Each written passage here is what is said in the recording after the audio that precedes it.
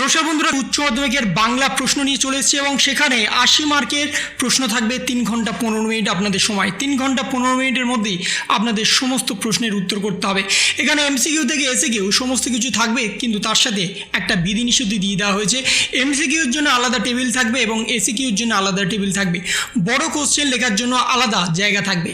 বড় কোশ্চেন লেখার সাথে এমসিকিউ বা এসিকিউ কোনো রকম তুলনা করা যাবে না, অর্থাৎ এমসিকিউর যে টেবিল থাকবে সেখানে শুধুমাত্র এমসিকিউর জন্যই আপনাদের লিখতে হবে। সেখানে কোনো এসিকিউ যদি আপনারা লেখেন তাহলে সম্পূর্ণ উত্তরটাই আপনাদের বাদ চলে যাবে। এবং আপনারা জানেন যে এমসিকিউ 18টা প্রশ্ন থাকবে। সেই 18টা প্রশ্নের মধ্যে যদি আপনারা 5 থেকে 6টাও করেন, বাকি যদি জায়গা ফাঁকাও থাকে তাহলে সেই ফাঁকা জায়গাটাই থাকবে। সেখানে কিন্তু কোনো রকম এসিকিউ লেখা যাবে না।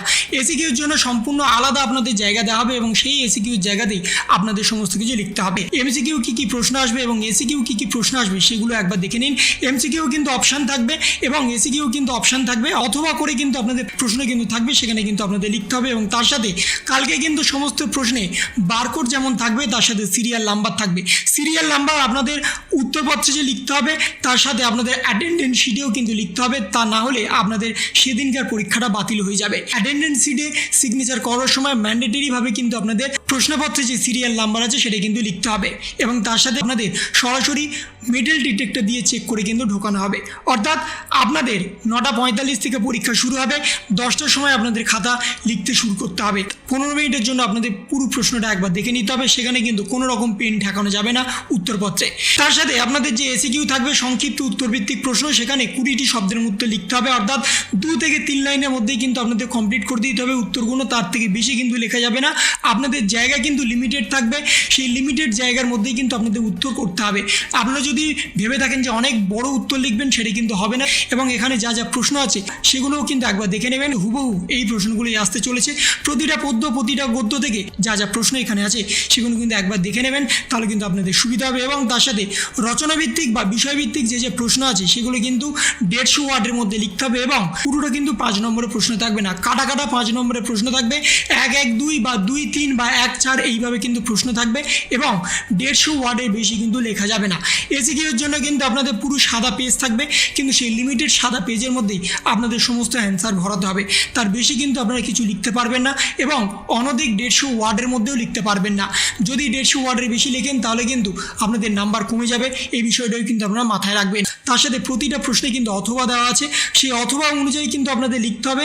যদি আপনারা অথবাটাও লিখে আসেন তাহলে কিন্তু একটা প্রশ্নের উত্তর আপনাদের বাদ চলে যাবে। এবং তার সাথে প্রবন্ধ যে রচনা, সেই প্রবন্ধ রচনার সাথেও কিন্তু আপনাদের একটা মানচিত্র বা মানব মানচিত্রের একটা উদাহরণ থাকবে, সেখান থেকেই কিন্তু আপনাদের লিখতে হবে।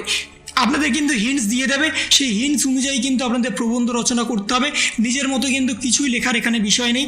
যা যা হিন্টস আছে সেই হিন্টস ধরে ধরেই কিন্তু আপনাদের পুরো প্রবন্ধ রচনাটাই করতে হবে এবং সেটাও লিমিটেড ওয়ার্ডের মধ্যে। তার বেশি কিন্তু লেখা যাবে না, তার কম কিন্তু লেখা যাবে না। এবং তার সাথে আপনাদের 1 থেকে 2টো কিন্তু প্রবন্ধ দেবে, তার মধ্যে থেকে আপনাদের যেটা মনে হবে সেটাই কিন্তু লিখবেন।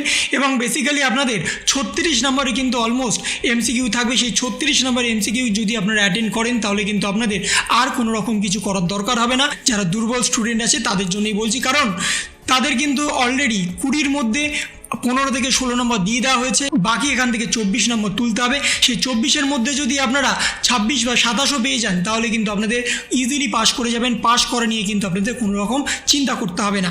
এবং কোনো রকম মোবাইল ফোন বা ইলেকট্রনিক যদি কোনো রকম গ্যাজেট আপনাদের কাছ থেকে ধরা পড়ে তাহলে সম্পূর্ণ বছরটাই আপনাদের নষ্ট হয়ে যাবে। এই বিষয়টাই কিন্তু মাথায় রাখবেন। যদি আপনাদের ভিডিওটা ভালো লেগে থাকে তবে লাইক করুন, শেয়ার করুন এবং অবশ্যই সাবস্ক্রাইব করুন। তার পাশাপাশি আপনার মতামত কমেন্টের মাধ্যমে জানান। ভালো থাকুন, সুস্থ থাকুন, ধন্যবাদ।